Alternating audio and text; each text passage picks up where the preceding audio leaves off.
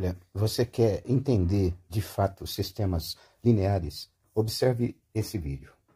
Primeiro, ó, vamos supor um x igual a menos 2 e um y igual a 5. Aí, com esses valores, a gente vai montar um sistema. Então, ó, o sistema vai ser montado assim. Ó. Primeiro, x mais o y.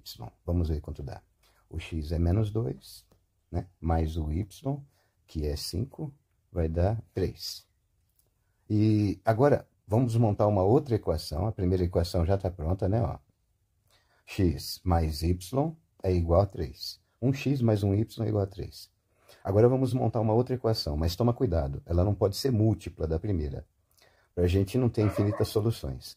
Então não pode ser múltipla, tem que ser uma equação diferente. Por exemplo, não pode ser 2x mais 2y. Não pode ser 3x mais 3y. Tem que ser assim, por exemplo, ó, 2x e menos 3y. Então vamos ver quanto isso dá. 2 vezes o x, ó, dá menos 4. Menos 3 vezes o y dá menos 15. Aí quando você soma, ó, dá menos 19. Então já montamos uma outra equação. Ó. 2x menos 3 vezes o y deu menos 19.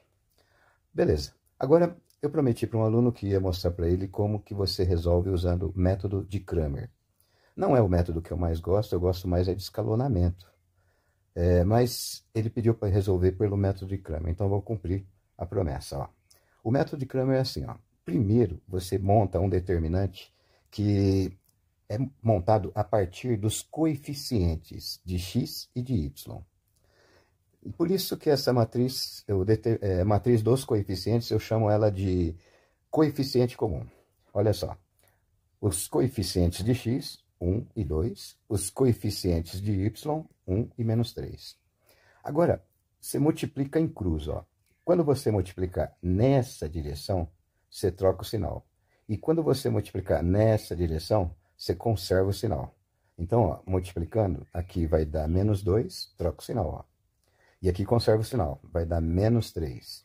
Então, o determinante dos coeficientes dá menos 5, né? Você tem que somar os resultados aí. Então, ó, esse determinante a gente vai chamar de coeficiente comum.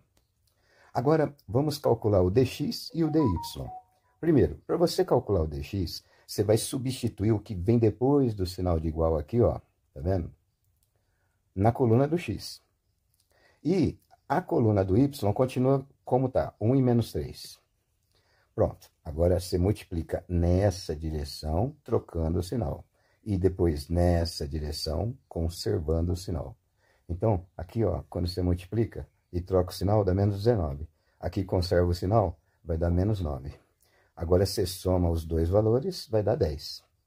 Agora você tem que ter em mente o seguinte, o que é o dx? Olha só o que é dx, ó. Eu vou resgatar aqui a forma original desse cálculo de Cramer, que era assim, ó. O x vezes d é o dx.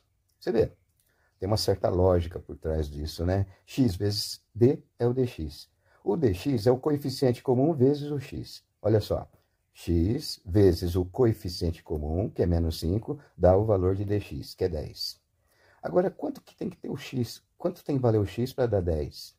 Para dar mais 10, né, para ficar positivo, o x tem que ser menos 2. Pronto, agora vamos calcular o dy. O dy é assim, ó. Se a coluna do x você deixa como tá, 1 e 2, ó. Coeficiente de x, 1 e 2, né? E na coluna do y, para calcular o dy, você coloca o que vem depois do sinal de igual aqui, ó, que é o 3 e menos 19.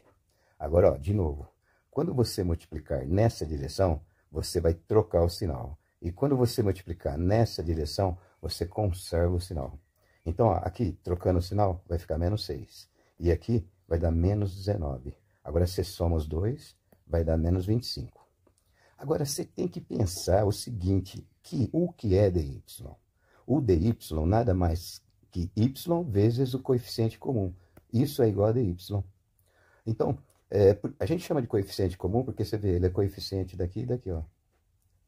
Agora, você substitui o coeficiente comum, que é menos 5, o dy que você acabou de achar, que é menos 25.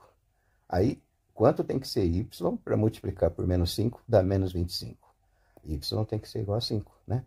Agora, lembra lá do comecinho? Vamos supor. Dá uma olhada lá em cima, ó.